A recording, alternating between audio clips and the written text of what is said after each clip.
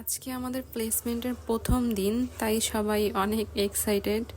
আসলে আমাদের ফার্স্ট ইয়ারে কোনো প্লেসমেন্ট হয় না, প্লেসমেন্ট শুরু হয় সেকেন্ড ইয়ার থেকে। সেকেন্ড ইয়ারে 2টা প্লেসমেন্ট। ফার্স্ট প্লেসমেন্টটা হচ্ছে স্পাইনাল কর্ড ইনজুরি, আর যেটা হয় সাবার সিআরপিতে। সিআরপি তো সবাই চেনেন মোটামুটি। সিআরপির ক্যাম্পাসটা আসলে অনেক সুন্দর, অনেক গাছপালায় ঘেরা, অনেক ভালো লেগেছে আমাদের সবার। সবাই ঘুরে ঘুরে দেখছিল।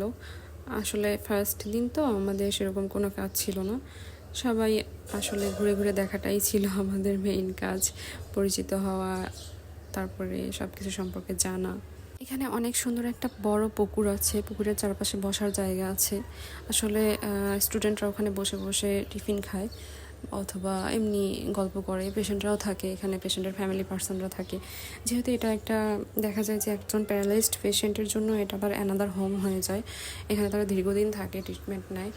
আর আমার কাছে যেটা সবচেয়ে বেশি ভালো লেগেছে সেটা হচ্ছে এই যে আমার পেছনে থাকে এই বাড়িটা।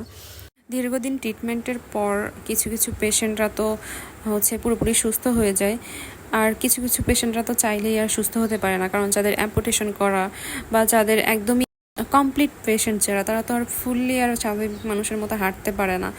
সো তাদেরকে বাড়ি ফিরিয়ে যাওয়ার আগের 2 সপ্তাহ এখানে রাখা হয়, কারণ যদি হুট করেই তাদেরকে হসপিটাল থেকে বাসায় ট্রান্সফার করে দেওয়া হয়, তখন তারা ওই বাড়ির পরিবেশে তো আর চলতে সেট হতে অনেক মানে টাফ সিচুয়েশন পার করতে হবে পরিবেশের সাথে, সামাজিক ব্যবস্থার সাথে।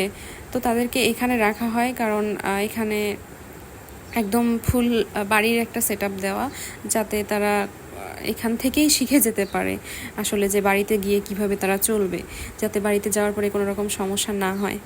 আসলে প্রথম দিন তো তাই অনেক ইন্টারেস্টিং লেগেছিল, কিন্তু পরবর্তী দিনগুলোতে যখন আমরা টিচারদের সাথে পেশেন্টদের কাছে গিয়েছি, তাদের সাথে কথা বলেছি, তাদের সম্পর্কে জেনেছি, আসলে খুবই কষ্টদায়ক বিষয় এটা।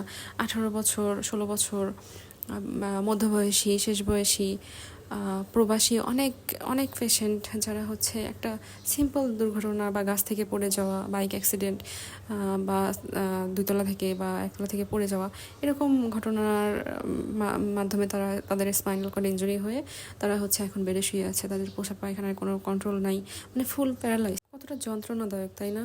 একবার ভাবেন যে একটা অ্যাক্সিডেন্ট বা কোনো কিছু হলো, আপনি সেন্সলেস হয়ে গেলেন, আপনি সেন্স ফিরে দেখেন আপনার হাত পা, মানে ফুল বডিতে কোনো কন্ট্রোল নাই, কোনো নাড়াতে পারতেছেন না, কোনো সেন্স নাই। কতটা কষ্টদায়ক জিনিসটা।